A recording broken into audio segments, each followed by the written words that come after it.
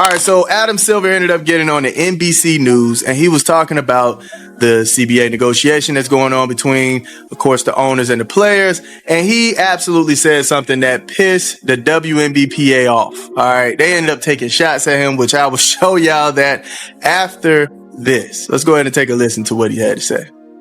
Stop the presses. The WNBA is in a full-blown civil war, and you won't believe what the NBA boss just did. Adamsilver hit up NBC News to talk about the CBA drama, that messy fight between the owners and the players, and, honey, he absolutely dropped a bomb that set the WNBPA on fire. The players are already firing shots back, and we've got the receipts. Listen, Silver didn't just speak, he exposed the real reason this whole negotiation is collapsing. By the time we're done, you'll see exactly why the WNBA might be completely dead by 2026. This is not a drill, this scandal is bigger than anyone realizes. So, Adam rolls onto NBC, right? Talking all normal about negotiations, but then he hits us with a line that changes everything. Hear how he said it. I think share isn't the right way to look at it because there's so much more revenue in the NBA. I think you should look at it in absolute numbers in terms of what they're making, and they are going to get a big increase in this cycle of collective bargaining, and they deserve it. Did you catch the shade? Share isn't the right way. That single sentence is the owner's entire strategy revealed. He's basically telling the players they're never getting the percentage split they want. And the WNBPA clapped back immediately,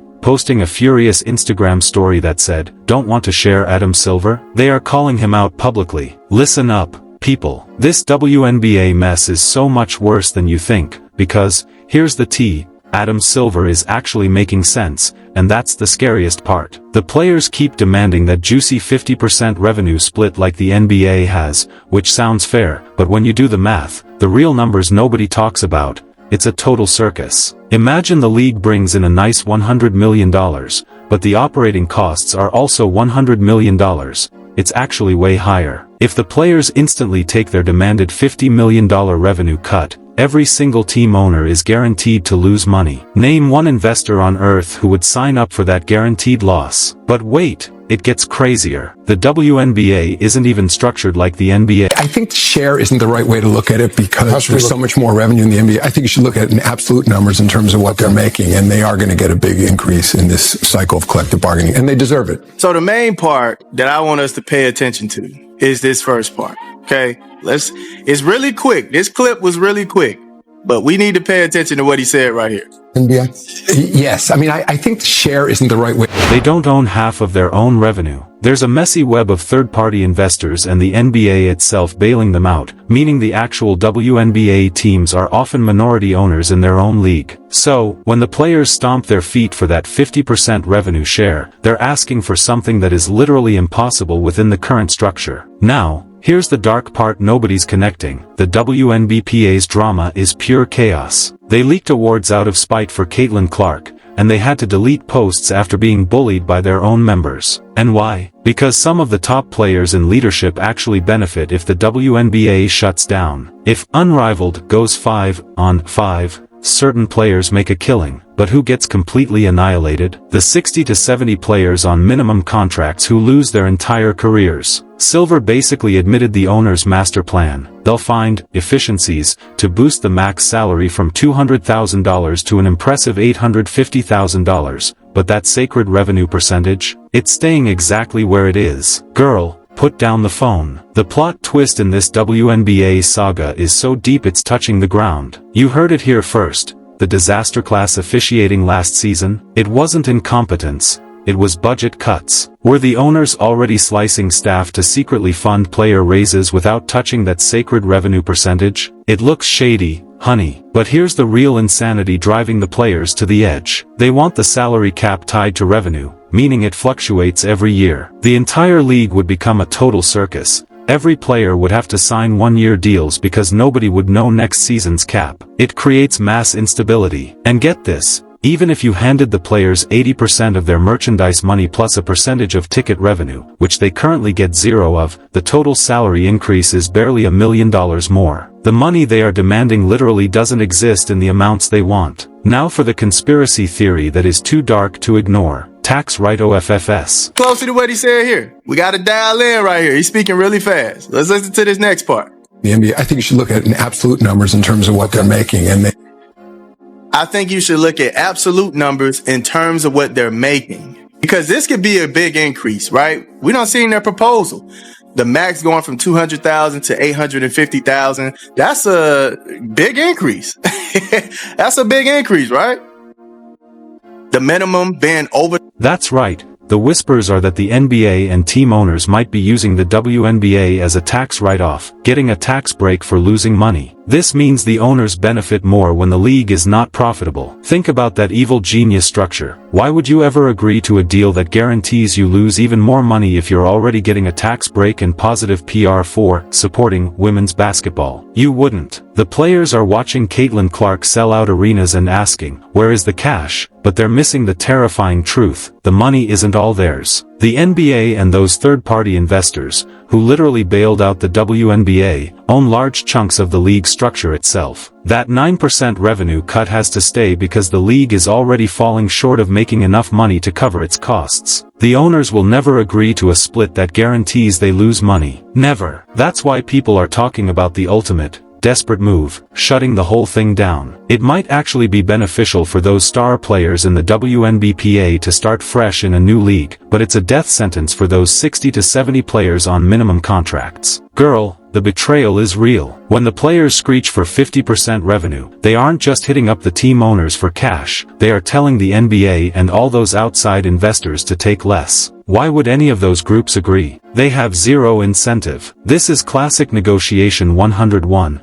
And the players think their social media momentum gives them leverage. But do they really? I thought Adamsilver was going to ride in and save the day. I called him Thanos. But he is talking just like the shady commissioner Kathy Engelbert. He basically confirmed, look, we're not giving up that share money. We'll find efficiencies to boost your raises, but you're not touching the percentage. He's saying the brutal truth out loud. Even Caitlinclark isn't enough to fix this fundamentally broken business structure. Yes, ratings soared, but one generational talent can't fix decades of bad math. And this is where the players' backup plan completely screws itself. We have Unrivaled and Project B with billions in backing, where investors own the whole league, a cleaner structure. That would be perfect for the WNBA during a lockout. But here's the massive flop. Unrivaled is still stuck on gimmick basketball. They could have added more players for 5-on-5 and made the league infinitely better. Caitlinclark and Aya Wilson would probably play. Instead, they added 2 more teams, still pushing that ridiculous 3-on-3 concept, limiting their own growth. This creates an impossible situation for the WNBA players. They're half pushing to shut down the league, hoping for a fresh start,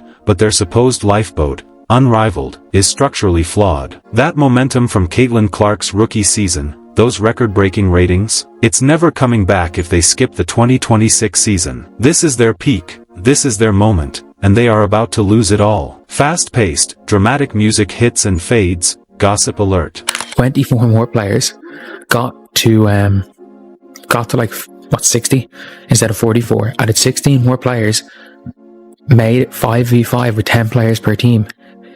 And the league becomes infinitely better, but they're so stuck on gimmick basketball that's not real basketball that they've screwed it. They've screwed it. Like, I think if Unrivaled was 5v5, I think a lot of other players would be playing.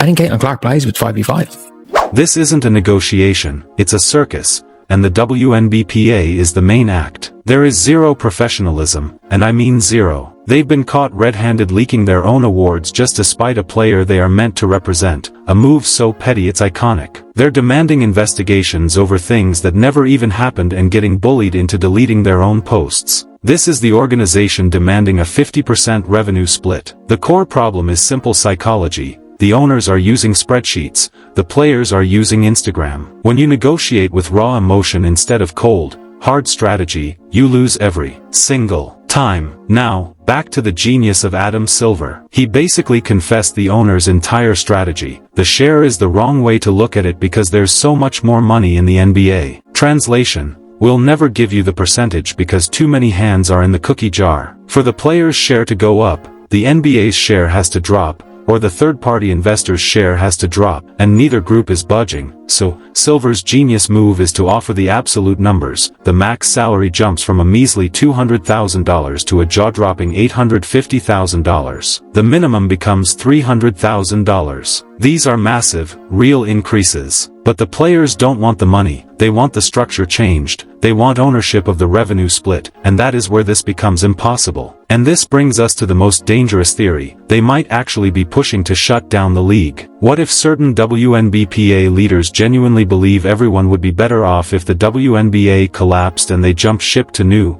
better structured 5-on-5 leagues? For the star players, a fresh start sounds great. But for player number 60 on the roster, the minimum contract player barely hanging on, they lose their entire career. The players are shooting themselves in the foot because if the 2026 season doesn't happen, the WNBA is done. Finished. Kaput. The owners will use their get-out-of-jail-free clauses, and the momentum from Caitlinclark will be gone forever. Stop everything. The deadline is looming, and we have the final, chilling breakdown of why this whole WNBA drama is heading for a catastrophic shutdown. The cold, hard truth is that the owners have a secret escape route, but the players are totally exposed. All those shiny new expansion teams with their state-of-the-art facilities, they all have exit clauses. If the 2026 season gets cancelled, those owners can simply repurpose those buildings for other sports and walk away, leaving the league to die. The owners have protection, but the players have zero. No season means no paychecks and no momentum.